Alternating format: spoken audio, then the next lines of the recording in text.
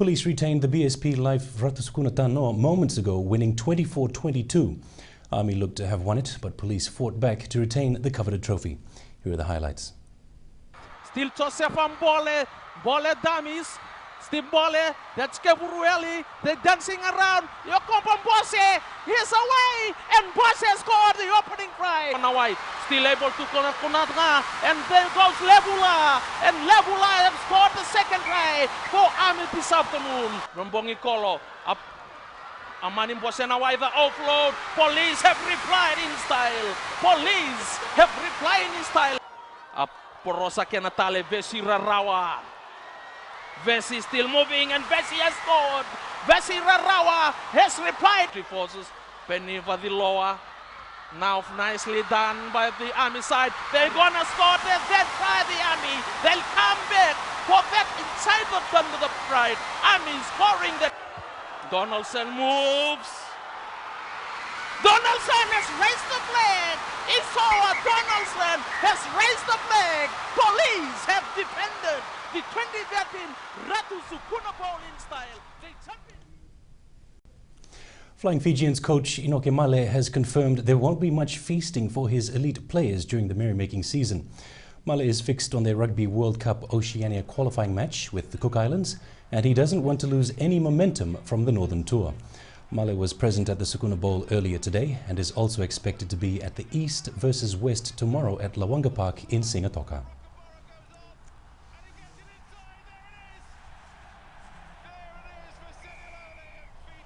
The local boys will come together before Christmas break, so we have to set our targets in our off-season programs. From then, early January is the PRC, so all the local boys and some of the boys are playing now in the East-West competition will be drafted in the local trainings. The Fiji Rugby Union's planned special general meeting will not take place tomorrow.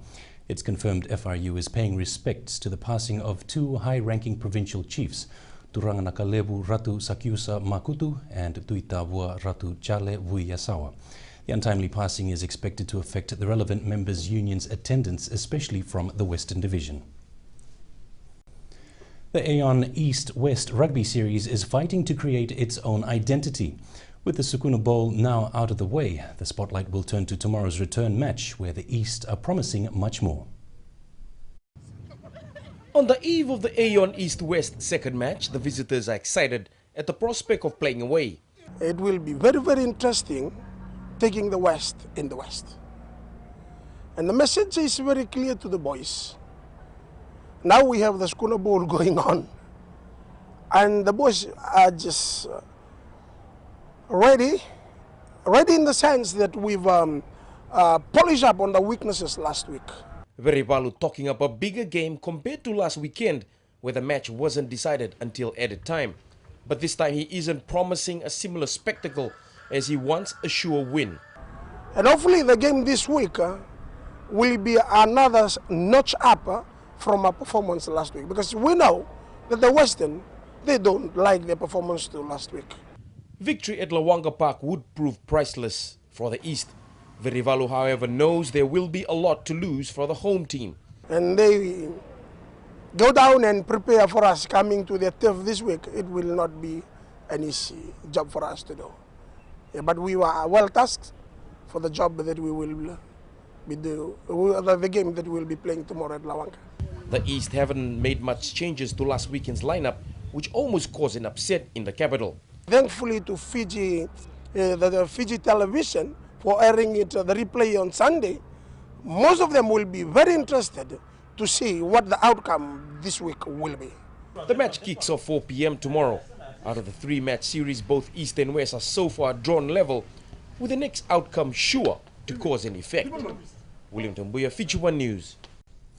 The West Rugby has a lot to play for when they host the East at home at Lawanga Park tomorrow. Although still under mourning, the West has still managed to assemble their team after the passing of two high-ranking chiefs in Tavua and Nandronga. They are, however, wary of the visitors who led throughout the match last week before they came from behind to tie the scores. He needs a win in the first one. It will be a different side altogether. they'll be coming stronger than the first match, knowing that they've built within them a very solid platform coming into this match. The second challenge is that we've been disturbed through the deaths of the two paramount chiefs here in the West. And the third challenge is that for us going through our preparation phase this week, that we'll be playing in front of our home crowd. The All Blacks have been named Team of the Year, and outstanding number 8 Kieran Reid was named Player of the Year at the New Zealand Rugby Awards in Auckland last night. All Blacks coach Steve Hansen has been named Coach of the Year after overseeing the All Blacks to 14 consecutive victories in what's been their most successful year in history. Finally a chance to reflect on 14 wins out of 14. The proudest moment, that comeback victory in Dublin. The special moment involved Daniel Carter in the changing rooms in London after his 100th game. The boys hark at DC. I thought that was, a massive moment. His dad was in the room, and it grabbed hold of DC, and not too often that happens. Hansen says the comeback wins this year and that staggering Ellis Park victory against South Africa a testament to the work done on mental skills and the team's self-belief. With veteran Andrew Hoare gone, hooking is the one key concern for next year. Centre's another area I think we need to look hard at. Is Ben Smith going to be still your long-term project, if you like? He'll be one of them. I think we need to have more than one. On a bigger issue, Hansen has taken note of today's cricket flare-up. I don't think match fixing's an issue, unless the other teams are doing it and letting us win. But the All Blacks' clean image is one of the team's strengths. He says it comes down to a strong culture. If you have a look at the Australian side, I think that's been one of their problems. And if your culture goes, doesn't matter if it's sport or business, then everything turns to custom. The icing on the cake will be award success tonight. Fiji Sevens captain Osea Kolonisau has accredited Ben Ryan as the X factor to the national side's recent success as they prepare for tomorrow's South Africa Sevens kickoff.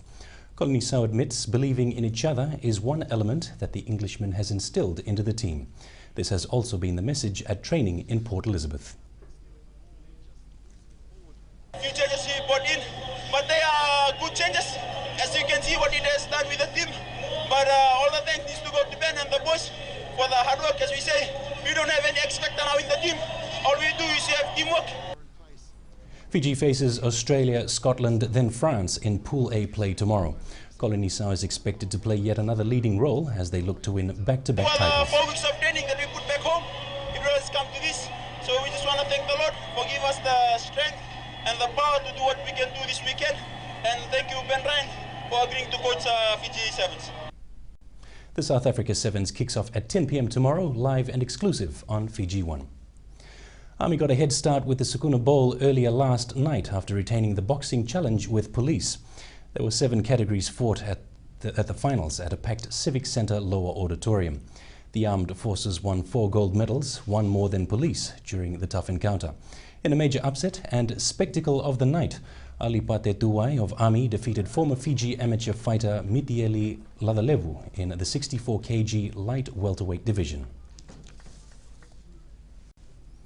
Tomorrow marks a giant leap forward for Fiji swimming as they come together for their planning and constitution review meeting. Their constitution is being reviewed while at the same time a 7-year plan is being laid out.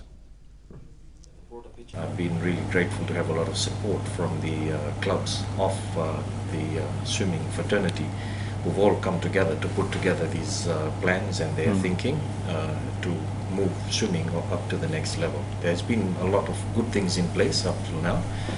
What we're looking at doing is making it a lot more focused to achieve our goals. And former New Zealand cricketer John Morrison is calling for life bans for any cricketers caught match fixing. It was confirmed yesterday that 3 former New Zealand players were under investigation by the International Cricket Council for alleged match fixing. The players under suspicion are former Black Caps Chris Cairns, Lou Vincent and Daryl Tuffy. one of our greatest all-rounders doing the pitch report ahead of today's Test action. Actually, it's the first time I've come out here for the Test match and had a look, and you know, it looks really nice. Now media here and overseas are naming Chris Cairns as one of 3 former Black Caps under investigation for match fixing. But those close to him were saying nothing. New Zealand Cricket refused to comment after the names had been published, whilst the Sky commentary team were unavailable to media all day. It's understood that Chris Cairns left his position in the commentary box and indeed the ground early this afternoon. Cairns has previously been accused of fixing. His former boss in the Indian Cricket League, Lalit Modi, made the accusations, which were disputed in a London court, Cairns winning the defamation case. While Cairns has gone to ground, his former Black Caps teammate Lou Vincent has issued a statement saying he wants people to know he's cooperating with the ongoing ICC anti-corruption investigation. He says he'll speak publicly when he's able to. The third player named, former medium pace bowler Daryl Tuffy, is in Sydney. The naming of the players has at least removed suspicion from others. We have a number of past players who are members, and a number have been concerned about their names being raised in association with this investigation. On the pitch, the Black Caps were all smiles, pressing for a rare Test victory against the West Indies. It's close. Mighty close, he's got him. But while the sun shone at Dunedin's University Oval, dark clouds were forming off the field. We are shocked and surprised by the allegations. We support the ICC's investigation, as corruption has no place in our sport. David White confirmed the alleged match fixing was not recent and occurred overseas. No current New Zealand players are being investigated. No games played in New Zealand are being investigated. And lastly, no matches under New Zealand cricket's jurisdiction are being investigated. The allegations include the increasingly common spot fixing, where a player performs a specific action at a specific time, such as deliberately bowling a no ball or wide. Just where the investigation is at or what penalties the trio could face remains to be seen. And now I'm off to fix myself a cup of coffee. That's Sports Week. Sounds good, thanks. We have more on Nelson Mandela's passing and world news. That's up next. Stay with us.